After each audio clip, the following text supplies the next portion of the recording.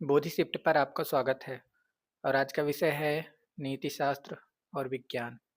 नीति शास्त्र की परिभाषा देते समय उसे चरित्र और आचार का विज्ञान कहा था। यहाँ पर प्रश्न उठता है कि क्या नीति शास्त्र को विज्ञान कह सकते हैं? विज्ञान से क्या अभिप्राय? विज्ञान के अर्थ है, इसके क्या अर्थ हैं? किसी भी विशिष्ट विषय को सुसंबद्ध बौद्धिक प्रणाली द्वारा समझना, उसके बारे में व्यवस्थित ज्ञान प्राप्त करना विज्ञान का काम है। निर्णयों को विवेक की कसौटी पर कसकर एक सुसंगठित विचार प्रणालीबद्ध करना सामान्यतः समस्त विज्ञानों का ध्येय है। अधिकतर सामान्य निर्णयों में असंगति और विरोध रहता है। विज्ञान इस विरोध और असंगति को दूर करके एक विशिष्ट विचार पद्धति देता है। उसका संबंध अधिकतर अनुभवों की अभिन्न रूपता एवं समानता से रहता है। वह वस्तु विषय के ज्ञान वह वस्तु विषय का ज्ञान देता है और बताता है कि बाह्य जगत की घटनाएं कैसे घटित होती हैं, वस्तुओं का अस्तित्व कैसे संभव है। उसके वस्तु विषय कुछ अनिवार्य सत्य हैं। वह वस्तुओं तथा घटनाओं के कार्य कारण संबंध को समझने का प्रयास करता है और उसके आधार पर सामान्य नियमों का प्रतिपादन करता है। कार्य कारण के नियमों को समझकर एक अथवा वस्तुओं के परस्पर अनिवार्य संबंध को समझने के पश्चात वह नए परिणामों का निगमन करता है। विज्ञान की पूर्णता इसी पर निर्भर है कि वह ज्ञात कारणों के नियमों के आधार पर विशेष परिणामों के बारे में निश्चयपूर्वक कह सके। वैज्ञानिक विषयों को दो श्रेणियों या वर्गों में विभाजित किया जा सकता है। एक और वे विषय हैं जो वर्णनात्मक या प्राकृतिक डिस्क्रिप्टिव और नेचुरल साइंस के अंतर्गत आते हैं, और दूसरी ओर वे विषय जो आदर्श विधायक या नियामक विज्ञान नॉर्मेटिव और रेगुलेटिव साइंस के अंतर्गत आते हैं। दोनों प्रकार के विज्ञान व्यवस्थित ज्ञान प्राप्त करने का प्रयास करते हैं, किंतु दोनों के लक्ष्य और निर्णयों में भेद है। अर्थात पदार्थ विज्ञान, मनोविज्ञान, वनस्पति शास्त्र और जीवशास्त्र आदि वस्तु विषयक ज्ञान देते हैं। इसके अंतर्गत वे सभी विज्ञान आते हैं जो प्रकृति के बारे में बताते हैं तथा मनुष्य को एक प्राणी के रूप में मानते हैं। पदार्थ विज्ञान का संबंध अनुभव के एक विशिष्ट अंग से है। उसके विषय यथार्थ और तथ्यात्मक होते हैं। वह यथार्थ और दृश्यमान जगत के नियमों का अनुसंधान करता है, अपरिवर्तनशील प्राकृतिक नियमों को समझता है, सामान्य नियमों का ज्ञान प्राप्त कर इन नियमों के आधार पर भावी परिणामों के बारे में निश्चयात्मक रूप से कह सकता है, घटनाओं के फल के बारे में पहले से ही बता सकता है। वैज्ञानिक गणित ज्योतिषी के आधार पर भविष्यवाणी कर सकता है कि सूर्य और चंद्र ग्रहण कब पड़ेंगे। पदार्थ एवं असंदिग्ध विज्ञान का ध्येय किसी आदर्श को निर्धारित करना नहीं है। वह घटनाओं और वस्तुओं का मूल्यांकन नहीं करता, वरन उन नियमों की खोज करता है जिनके आधार पर वस्तुओं के अस्तित्व पर अथवा घटनाओं के घटित होने पर प्रकाश डाला जा सके, उन्हें समझा जा सके। इसके विपरीत आदर्श विधायक विज्ञान उस मापदंड अथवा आदर्श की खोज करता है जिसके आधार पर विचार, भावना तथा कर्म के गुण का मूल्यांकन किया जा सके। वह मूल्य के मापदंड की खोज करता है, मानव जीवन के मूल्य का निर्धारण करता है। यहाँ पर यह जान लेना उचित होगा कि मानव अनुभूति के तीन सर्वोच्च मान्यताएं हैं: सत्य, शिव और सुंदर। यह कुछ अंशों तक मनुष्य चेतना तीन स्वरूपों ज्ञानात्मक, क्रियात्मक और रागात्मक सादृश्य रखते हैं। अतः आदर्श विधायक विज्ञान अंतर्गत तर्कशास्त्र, नीतिशास्त्र और सौंदर्य शास्त्र आते हैं। ये तीनों का एक ही परिवार ये तीनों एक ही परिवार के हैं। तीनों ही उन मापदंडों की खोज करते हैं जिनके आधार पर विचार, आचार और सौंदर्य का मूल्यांकन किया जाता है। तर्कशास्त्र सत्य और असत्य के निर्णय का विज्ञान है। वह बताता है कि सत्य क्या है। उसका विषय विचारात्मक है। वह सत्य विचार के मापदंडों को निर्धारित करता है, तर्क के सिद्धांतों का निरूपण करता है, सत्य की खोज के लिए कौन सा सामान्य नियम आवश्यक है उनको बताता है। नीतिशास्त्र आचरण का विश्लेषण करके उसके शुभ अशुभ के बारे में निर्णय देता है। परम ध्येय के स्वरूप को निर्धारित करने के पश्चात यह सिद्ध करता है कि कौन से कर्म परम ध्येय की प्राप्ति में सहायक हैं। वह उस मापदंड की खोज करता है जिसके आधार पर उचित अनुचित शुभ अशुभ के निर्णयों का समाधान कर सकते हैं। नीति शास्त्र मानव शुभ का विज्ञान है। इसी प्रकार सौंदर्य शास्त्र सौंदर्य और असौंदर्य के निर्णय का विज्ञान है। यह सौंदर्य की कसौटी प्रस्तुत कर सौंदर्य का निर्माण और मूल्यांकन करने के लिए मापदंड देता है। अतः आदर्श विधायक विज्ञानों का संबंध आदर्श के मापदंड से है। तथ्यात्मक जगत एवं वस्तु विषय से इनका प्रत्यक्ष संबंध नहीं है। विज्ञान सूक्ष्म निरीक्षण, विश्लेषण, वर्गीकरण, अनुमान और प्रयोग द्वारा वस्तुओं का व्यापक ज्ञान प्राप्त करता है और तदनुसार सामान्य नियमों का प्रतिपादन करता है। वह सामान्य नियमों के आधार पर घटनाओं, वस्तुओं की व्याख्या तथा स्पष्टीकरण करता है। विज्ञान के अनुसार किन्हीं विशेष कारणों से किन्हीं विशेष घटनाओं का जन्म अवश्य होता है। उसी की दृष्टि में विश्व में सभी वस्तुएं और घटनाएं कार्य कारण भाव से परस्पर संबद्ध तथा अवलंबित हैं। किसी वस्तु के बारे में पूर्ण रूप से तभी समझा जा सकता है जबकि उसके विषय परिवेश संबंध रखने वाले अन्योन्यश्रित भावों को अथवा परिस्थितियों से संबंध कार्य कारण भावों को पूर्णतः ग्रहण कर लिया जाए। तब यह स्पष्ट हो जाता है कि अमुक घटनाओं या कारणों के क्रम से अमुक वस्तु संघटित होती है। अपने व्यापक अर्थ में विज्ञान वह भौतिक प्रणाली है जिसके द्वारा बाह्य जगत की व्यवस्थित ज्ञान की प्राप्ति होती है। इस अर्थ में नीति शास्त्र को चरित्र और आचरण का विज्ञान अथवा नीति विज्ञान कह सकते हैं। नीति शास्त्र परम सुख को समझने का एक क्रमबद्ध प्रयास है। उसके क्षेत्र में मनुष्य की बौद्धिक जिज्ञासा आचरण के औचित्य अनौचित्य के बारे में तार्किक विश्लेषण द्वारा न्याय सम्मत निर्णय देती है। वह वैज्ञानिक दृष्टिबिंदुओं से वैयक्तिक राष्ट्रीय अभ्यासों, सामाजिक धार्मिक नियमों तथा चारित्रिक नैतिक सिद्धांतों का निरीक्षण और विश्लेषण द्वारा अध्ययन करता है।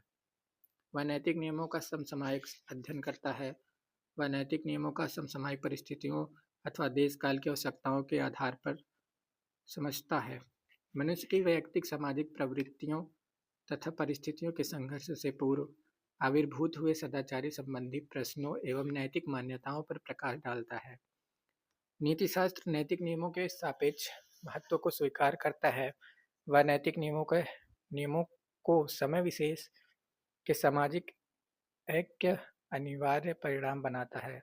विज्ञान की भांति वह नैतिक नियमों को अपने अस्तित्व के लिए परिस्थिति और परिवेश पर अन्योन्यश्रित भाव से अवलंबित मानता है। विशिष्ट कारणों से ही नैतिक नियमों का प्रादुर्भाव होता है, अतः उन्हें सामाजिक परिस्थितियों से विच्छिन्न एक दूसरे से असंबद्ध सत्य के रूप में नहीं देखा जा सकता। वास्तव में उनका मानव समाज के संगठन से सजीव संबंध होता है और इस संबंध के कारण ही वह परस्पर संबद्ध है। इनका विरोध ब्याह है, लेकिन विचारहीन व्यक्तियों की दृष्टि में है।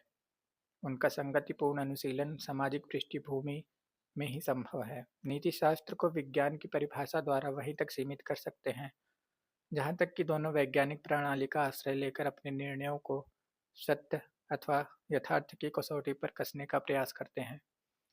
इसके आगे दोनों के लक्ष्य और क्षेत्र में भिन्नता है। यही नहीं, नीति शास्त्र की प्रणाली वैज्ञानिक होते हुए भी दार्शनिक तत्व पर आधारित है, अर्थात यथार्थ अथवा असंदिग्ध विज्ञान ब्याह जगत की घटनाओं का सम्यक पर्यवेक्षण करता है। उसका ध्येय वस्तुओं और घटनाओं के मानसिक तथा भौतिक की तथ्यात्मक व्याख्या करना है। नीतिशास्त्र मान्यता मूलक है और उसके निर्णय का लक्ष्य मनुष्य का आचरण है। उसका संबंध मूलतः मानसिक एवं चेतना जगत से अथवा आत्मचेतन प्राणी से है। यथार्थ विज्ञान का संबंध जड़ जगत से है अथवा उस मानसिक घटनाओं से है जिनकी की प्राकृतिक रूप से व्याख्या की जा सकती है। वह मनुष्य और जगत के व्यापारों का उनके स्वाभाविक रूप में वर्णन करता है। जड़ जगत की घटनाएं चेतना शून्य होती हैं, उनकी आंतरिक गति होती है, वे स्थिर प्राकृतिक नियमों द्वारा संचालित होती है। अतः यथार्थ विज्ञान जड़ जगत के व्यापारों के अस्तित्व, उत्पत्ति और विकास के बारे में निश्चित रूप से सामान्य नियमों का प्रतिपादन कर सकता है। नीतिशास्त्र मनुष्य के कर्मों और उनकी मूल प्रवृत्तियों की खोज करता है। संकल्प और आचरण की मूल प्रेरक शक्तियों की उन्नति, गति एवं व्यवहारिक प्रगति को समझने का प्रयास करता है और समय अनुकूल आचरण को नियमित करने के लिए सापेक्ष नियमों का प्रतिपादन करता है। किंतु यह कभी नहीं भूलना चाहिए कि मानव व्यवहार की उत्पत्ति और विकास तक ही वह अपने आप को सीमित नहीं रखता। वह नियामक विज्ञान है। उसका परम लक्ष्य निःश्रेयस को समझना है, मानवीय मान्यताओं और सद्गुणों का निरूपण करना है। वह गौण रूप से कालक्रम में घटित होने वाले आचरण को नियंत्रित करने के लिए नियमों का प्रतिपादन करता है अथवा आचरण के उत्पत्ति विषयक शास्त्र का अध्ययन करता है। यथार्थ विज्ञान आसन्न घटनाओं के बारे में निश्चय पूर्वक कह सकता है। भौतिक घटनाएं विशिष्ट परिस्थितियों के संयोग का अनिवार्य परिणाम है, किंतु नीति शास्त्र आचरण के बारे में निश्चयात्मक रूप से कुछ नहीं कह सकता। वह प्रत्यक्ष ज्ञेय शक्तियों का परिणाम नहीं है। उसका मूल घटनाओं से अनिवार्य संबंध नहीं है। वह कार्य कारण के नियम द्वारा नहीं समझाया जा सकता। उसके बारे में विचार पूर्वक करना अत्यंत कठिन है।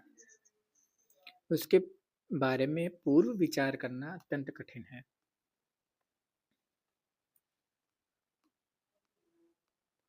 संकल्प की स्वतंत्रता नीतिशास्त्र की एक आवश्यक मान्यता है।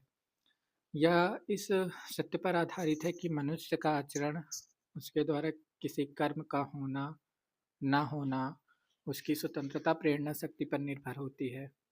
मनोविज्ञान सिद्ध कर चुका है कि मनुष्य का स्वभाव चंचल और दोलायमान है। प्रबल व्यक्तित्व के आचरण के बारे में भी कुछ निश्चित रूप से नहीं कहा जा सकता। यथार्थ विज्ञान मनुष्य को प्रकृति का अंग मानता है, जिनका संबंध आंगिक है। नीति शास्त्र के अनुसार मनुष्य आत्मचेतन प्राणी है। वह इस संबंध में विशेष रूप से सचेत है, क्योंकि मनुष्य की अनेक संभावित शक्तियां हैं। प्राकृतिक नियमों का यंत्रवत पालन करना तो दूर रहा, वह अपने इन विशेष शक्तियों के बल पर प्रकृति पर विजय प्राप्त करने की आकांक्षा रखता है। अतः एक और तो प्राकृतिक घटनाएं अनिवार्य प्राकृतिक नियमों द्वारा संचालित होती हैं और दूसरी ओर मनुष्य के आत्म प्रबुद्ध प्राणी होने के कारण वे उससे नियंत्रित भी होती हैं। मनुष्य का आचरण उसके आदर्श मनस्थिति एवं संपूर्ण व्यक्तित्व पर निर्भर है। वह अपने कर्मों के लिए स्वयं उत्तरदायी है। उसके आचार के औचित्य अनौचित्य पर विचार किया जा सकता है। यथार्थ विज्ञान वास्तविक तथ्यों का अनुशीलन कर उन पर वर्णनात्मक निर्णय देकर चुप हो रह जाता है। यथार्थ विज्ञान का संबंध देश काल में घटित होने वाली घटनाओं से है। फलतः उसकी प्रस्तावनाएं व्याख्यात्मक होती हैं। पृथ्वी सूर्य की परिक्रमा करती है। यह स्थापना एक विशिष्ट घटना के बारे में बताती है। नीति शास्त्र इस पग आगे बढ़ता है। उसकी स्थापना न्यायसम्मत होती हैं।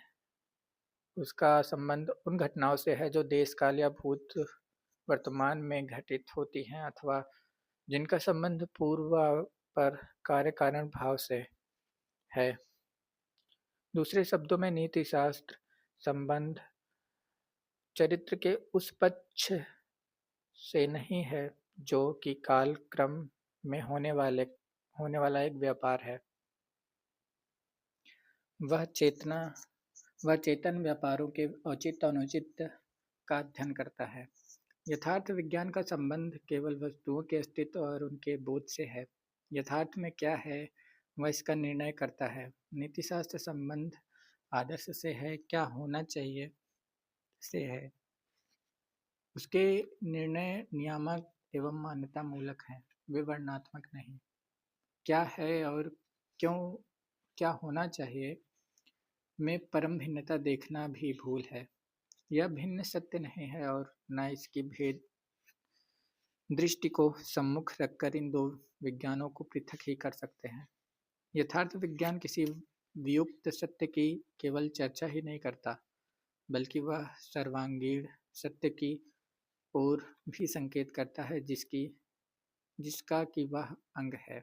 उदाहरणार्थ, जीवशास्त्र केवल जीवों की विभिन्न श्रेणियों के संबंध में ही नहीं बताता, किंतु वह सामंजस्य के प्रामाणिक आदर्श का भी प्रतिपादन करता है। जहाँ तक इस आदर्श का स्वरूप है, दोनों में अवश्य भेद है। यथार्थ विज्ञान का आदर्श प्राकृतिक व्यवस्था का सूचक है, वह जड़ जगत का अनिवार्य आदर्श है। नीतिशास्त्र का आदर्श आत्म प्रबुद्ध प्राणियों का आदर्श है, वह आत्म आरोपित और आत्म स्वीकृत है। इसको यह कहकर और भी स्पष्ट कर सकते हैं कि नीतिशास्त्र बुद्धि की सहायता से उस सार्वभौम मापदंड की खोज करता है जिसके आधार पर तथ्यों का मूल्यांकन किया जाता है, और इसके विपरीत बौद्धिक रूप से उस सार्वभौम नियम या विश्व व्यवस्था का अनुसंधान करता है जिसके आधार पर विश्व के तथ्यों और घटनाओं की संगतिपूर्ण व्याख्या एवं स्पष्टीकरण किया जा सकता है। भौतिक विज्ञान उस वास्तविक विधान और या बौद्धिक नियमों का अन्वेषण करता है जिसके द्वारा घटनाएं संचालित होती हैं, जो उन्हें संगति और एकता देते हैं। नीतिशास्त्र इस गे व्यवस्था से परे उस परम आदर्श को खोजता है जिसके आधार पर विश्व विधान तथा विश्व व्यापारों का मूल्यांकन किया जा सकता है। यथार्थ विज्ञान घटनाओं से वहीं तक संबंध है जहाँ तक उसके घटित होने को समझा जा सकता है, उसकी गणना कर सकते हैं अथवा उसकी नाप तोल कर सकते हैं। नीतिशास्त्र इस भौतिक व्यवस्था से परे उस नैतिक व्यवस्था की खोज करता है जो मानव जीवन को महान बना सकती है, और यहाँ पर वह मानव कल्याण विज्ञान बन जाता है। उसका निःश्रेयस प्रत्यक्ष संबंध मानव जीवन की प्रगति और उसका अधिकाधिक कल्याण उसका चरम ध्येय है। वह विज्ञान की शक्ति से ध्वंसात्मक और स्वभावतः लोभी मानव को कल्याण के पथ पर अग्रसर कर उसे लोक मंगल का विधायक बनने के लिए प्रेरित करता है। मानव के परम कल्याण की खोज करने के कारण नीतिशास्त्र तत्व दर्शन के अत्यधिक निकट आ जाता है। वह अपने आदर्श के लिए विज्ञान पर इतना अधिक निर्भर नहीं है। उसे हम केवल विज्ञान के व्यापक अर्थ में ही विज्ञान कह सकते हैं। विज्ञान का संबंध अनुभव के विशिष्ट अंग से है। यह सापेक्ष विज्ञान की खोज कर विशेष दृष्टिकोण से अनुभव का अध्ययन करता है। नक्षत्र विद्या और पदार्थ विद्या का महत्व उन्हीं के लिए है जो इस विद्याओं के बारे में अपनी जिज्ञासा का समाधान अथवा किसी विशिष्ट तथ्य का प्रतिपादन करना चाहते हैं। यही नहीं, विज्ञान कुछ आवश्यक मान्यताओं के आधार पर ही अपने सिद्धांत का प्रतिपादन करता है। अतः प्राकृतिक विज्ञान अधिकतर तत्व दर्शन से स्वतंत्र होते हैं, किंतु नीतिशास्त्र इससे घनिष्ठ संबंध है इसका। वह अपनी उच्चतर एवं आवश्यक मान्यताओं, ईश्वर का अस्तित्व, आत्मा की अमरता और संकल्प की स्वतंत्रता के लिए तत्व दर्शन पर निर्भर है। वह अपने आदर्श का स्वरूप भी तत्व दर्शन के अनुरूप निर्धारित करता है। नीतिशास्त्र का संबंध जीवन के क्रियात्मक पक्ष से है।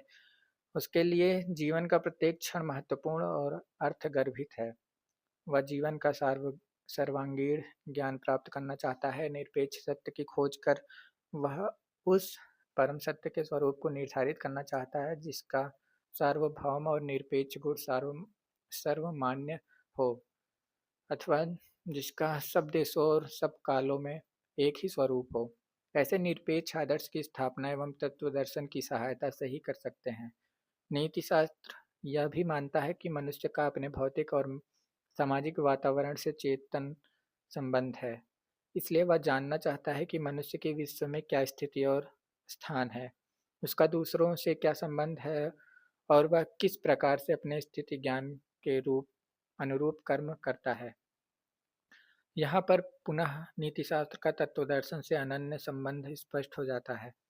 तत्वदर्शन उसे बताता है कि मनुष्य केवल अपने सीमित परिवार या राष्ट्र का ही नागरिक नहीं है, वह समस्त मानव समाज वसुधैव कुटुंबकम का भी अविच्छिन्न अंग है। उसका विश्व से आत्मीय संबंध है और इस सत्य के आधार पर नीतिशास्त्र मनुष्य के जीवन का ध्येय सार्वभौमिक तथा सर्व कल्याणकारी बताता है। तत्वदर्शन के निष्कर्ष नीतिशास्त्र को जिस रूप में प्रभावित करते हैं, उस रूप में वैज्ञानिक जगत में अनिवार्य रूप से ऊहापोह नहीं मचा करता है।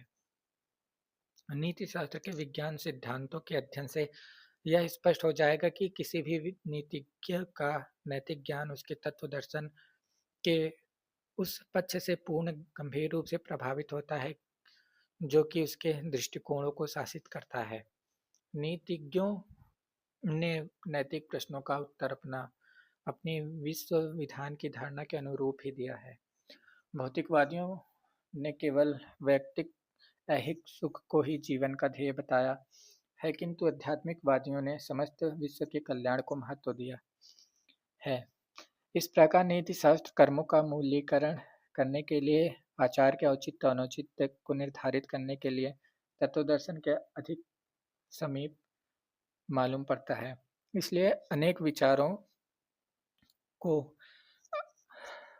अनेक विचारकों ने इस नैतिक दर्शन या आचार व्यवहार का दर्शन भी इसे कहा है। कुछ विचारक नीतिशास्त्र को आचरण कला कहते हैं, किंतु उसे आचार विज्ञान ही कहना उचित है। यथार्थ विज्ञान से अंतर होने पर भी उसकी प्रणाली के कारण उसे विज्ञान ही कहना चाहिए। जहाँ तक कला निबंध का प्रश्न है, उनका प्रयोग उस सुव्यवस्थित ज्ञान के लिए होता है जो ज्ञान के सत्य को व्यवहार में लाता है। कला का उद्देश्य उस विशिष्ट फल की उपलब्धि से है जो जिसे वह व्यक्त करती है। वह अपने लक्ष्य की प्राप्ति के लिए उचित साधनों की ओर ध्यान आकृष्ट करती है। नीति इस अर्थ में कला नहीं है, वह किसी प्रयोजन की सिद्धि इसका ध्येय नहीं है। नैतिकता के पीछे कोई ऐसे महान उद्देश्य छिपा हुआ नहीं है जो मनुष्य के आचरण को अप्रत्यक्ष रूप में नियंत्रित करता है। नीतिज्ञ नैतिक आचरणों को अपने में ही पूर्ण मानते हैं। कर्म अपने आप में साध्य है, कर्म कर्म के लिए है, वह स्वतः वांछनीय है, किसी महत्व उद्देश्य की योजना का अंग नहीं है। नैतिक कर्मों को उनके आभ्यंतरिक गुणों के आधार पर स्वीकार करते हैं। उनका उद्देश्य किसी निश्चित फल का उत्पादन करना नहीं है, वह कला का उद्देश्य है। यदि कला लक्ष्य की पूर्ति की अपेक्षा रखती है तो नैतिकता आंतरिक ध्येय की, कला की सफलता परिणाम पर है, पर लक्ष्य की पूर्ति पर निर्भर है।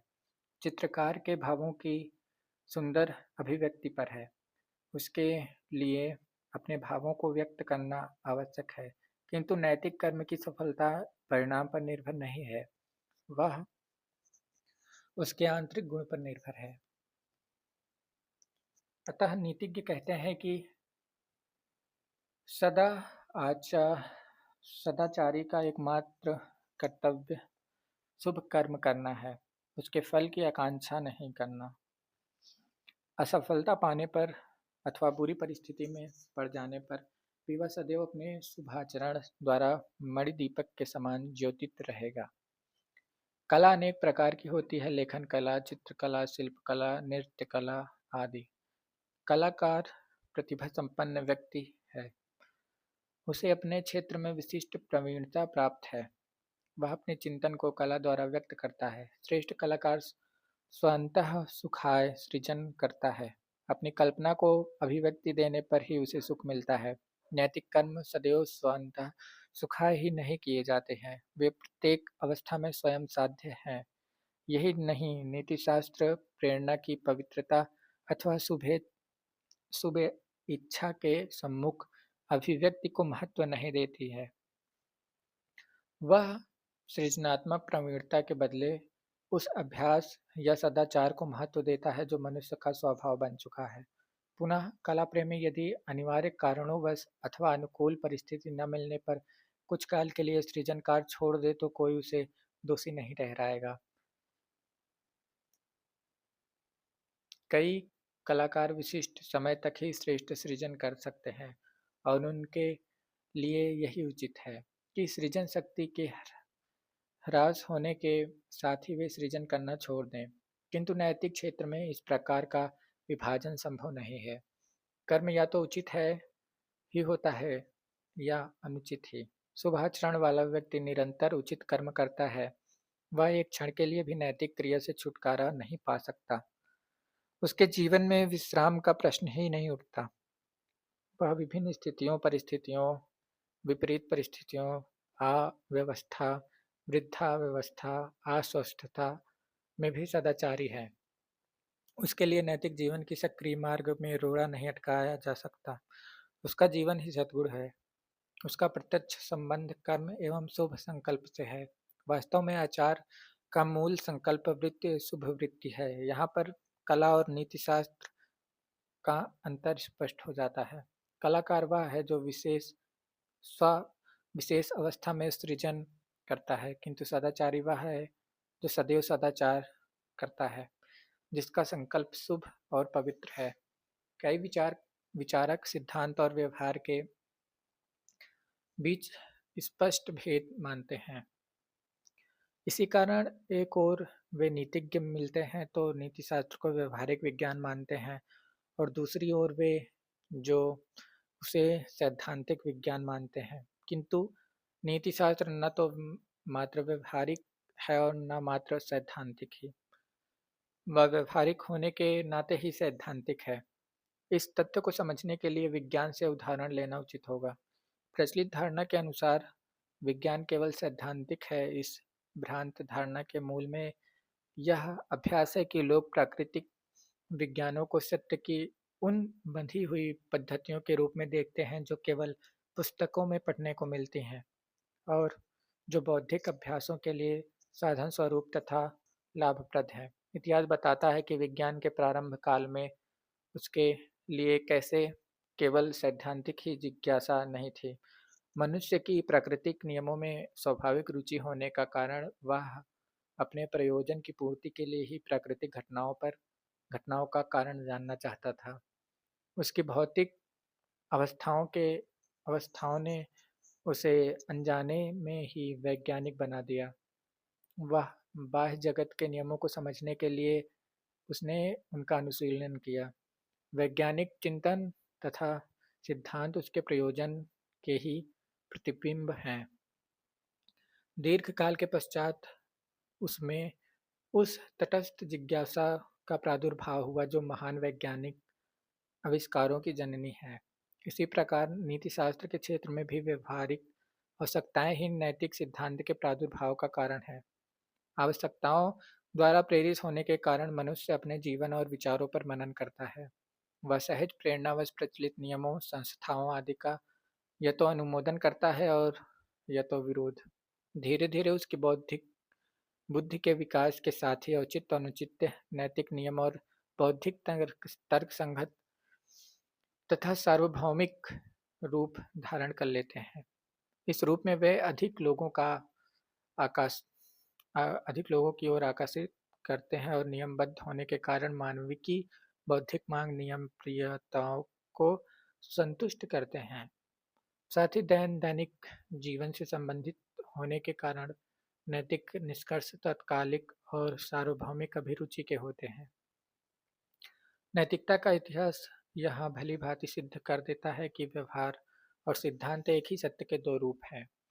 नैतिक सिद्धांत मूर्त सत्य, व्यवहारिक आवश्यकताओं के ही अमूर्त रूप हैं।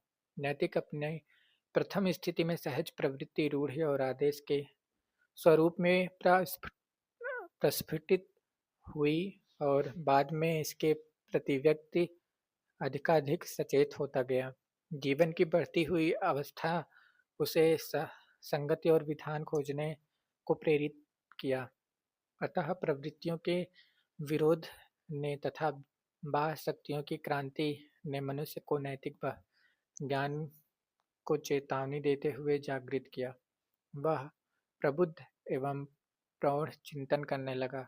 नैतिक ज्ञानी ने आत्मान विधि आत्मा को जानने का उद्देश्य किया। आत्मा के सत्य स्वरूप का ज्ञान ही वास्तव में आचरण पथ का निर्देशन करता है।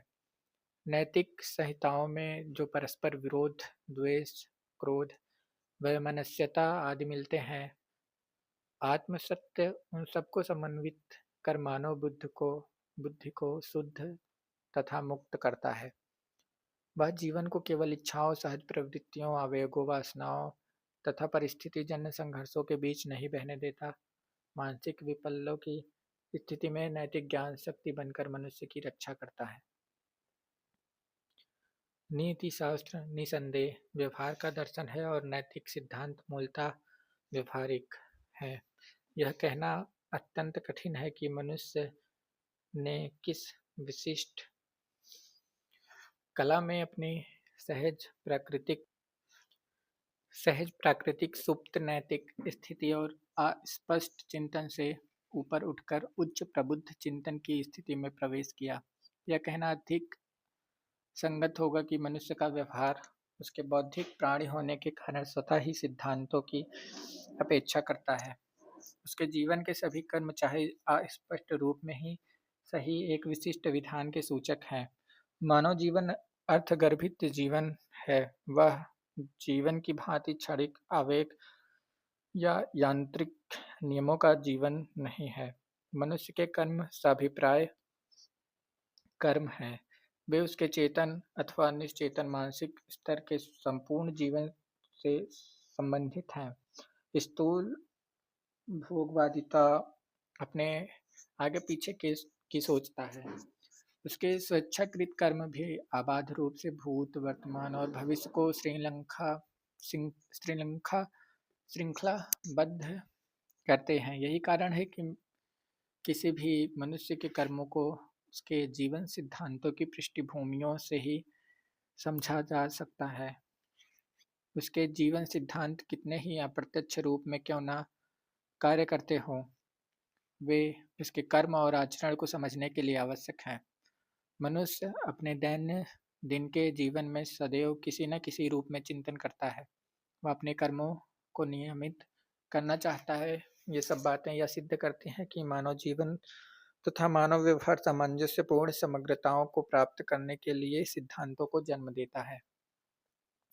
जीवन की ठोस व्यवहारिक आवश्यकताएं नैतिक मापदंड को खोजती हैं।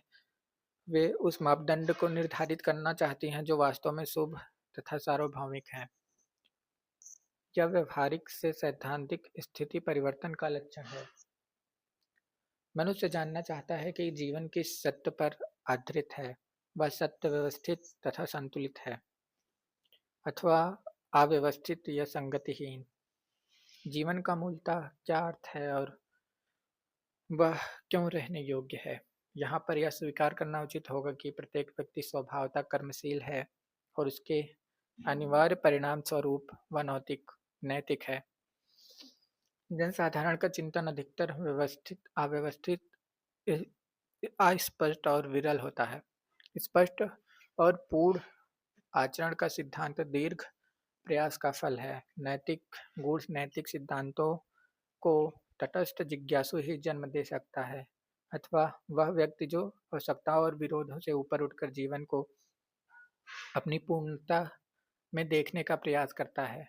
नैतिक ज्ञान द्वारा वह सत्य को केवल बौद्धिक रूप में ही ग्रहण नहीं करता, वह उससे अपने आचरण का भी उन्नयन कर सत्य को भी आत्मसात करता है। वह इस तत्व को लक्षित करते हुए एक महान विचारक ने कहा है कि नीतिज्ञ का चिरस्थायी अनुराग सैद्धांतिक और व्यवहारिक है। यूनानी नीतिज्ञ सुकरात की भाषा में ज्ञान सद्गुण है। सत्य का ज्ञाता अनिवार्य रूप से सत्य मार्ग ग्रहण करेगा। परिपक्व नैतिकता व्यक्ति तथा राष्ट्र की बौद्धिक अंतर्दृष्टि को जागृत करती है। सामाजिक संगठनों और विभिन्न संस्थाओं को सामूहिक रूप से वांछनीय ध्येय की प्राप्ति के लिए प्रेरणा देती है। वह व्यक्ति को प्रवृत्ति मार्ग की ओर अग्रसर कर उसे कर्मयोग का संदेश देती है। बुद्ध और गांधी युग बौद्धिक और नैतिक जागरण का युग था।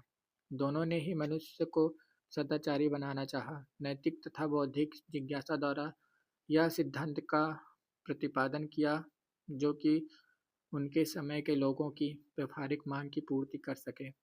यहाँ पर इस बात को महत्व देना आवश्यक है कि नैतिक सिद्धांत आदर्श विधायक होने के कारण ही व्यक्ति को उचित कर्म करने के लिए बाधित न कर उसे प्रेरित करता है। वह सजग प्रबुद्ध प्राणी को उन पथ प्रदर्शक नियमों का ज्ञान देता है जिनके द्वारा वह अपने कर्मों को सुनियंत्रित कर सकता है। नैतिक जीवन कोरा नियमों तथा सिद्धांतों का जीवन नहीं, वह शुष्क बुद्धिवाद भी नहीं है। वह आचरण के लिए कठोर नियमों निश्चित साधनों का प्रतिपादन नहीं करता।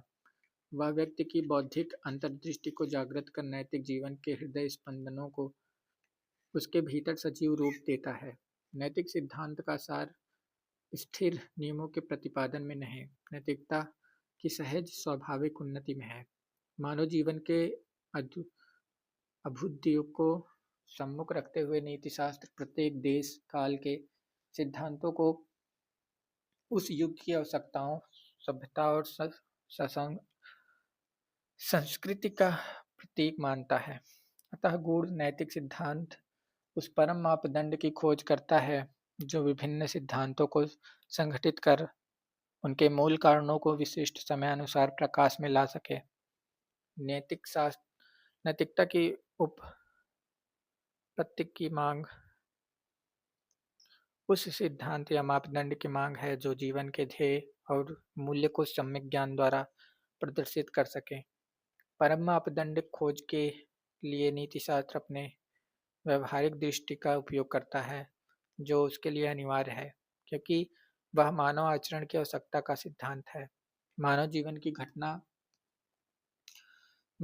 घटनाओं का सर्वांगीण अध्ययन करके उसके सम्यक ज्ञान के आधार पर ही वह पथ प्रदर्शक नियमों का निर्धारण तथा उचित नैतिक नियमों का अन्वेषण कर आचार संबंधी बौद्धिक नियम निर्धारित करता है।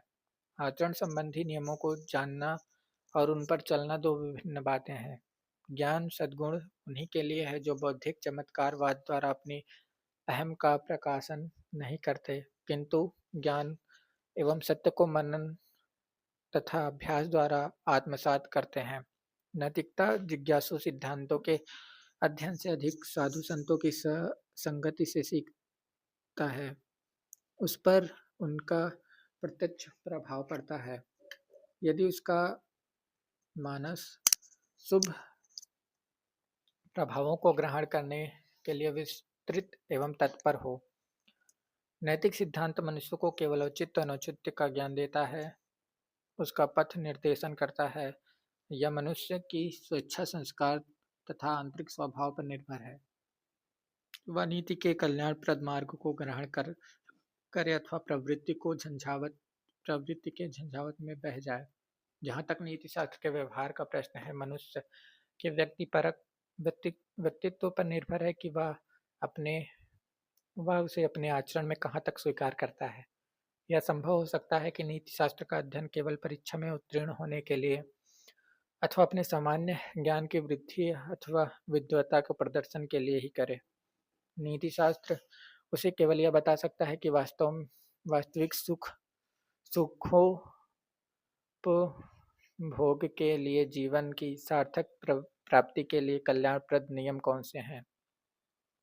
वह आत्म प्रबुद्ध व्यक्ति की चेतना को जगाता है, उसे आत्म सत्य की ओर प्रेरित करता है। आत्म चेतन व्यक्ति को शुभ प्रद नियमों के पालन के हेतु बाध्य करना वह हेय समझता है। यह सच है कि नैतिक सिद्धांत का जनक जीवन है, किंतु अपनी नियामक शक्ति के कारण वह जीवन का निर्माता तथा पोषक बन जाता है। फिर भी यह प्रत्येक व्यक्ति पर निर्भर है कि वह अपने उचित ज्ञान के अनुरूप अपने आचरण को कितना संयमित करता है, पशु जीवन से कितना ऊपर उठता है और अपने आत्मपूर्णता के आत्मपूर्णता को प्राप्त करने की प्रेरणा कितनी तीव्र है। धन्यवाद। मिलते हैं अगले विषय पे। धन्यवाद।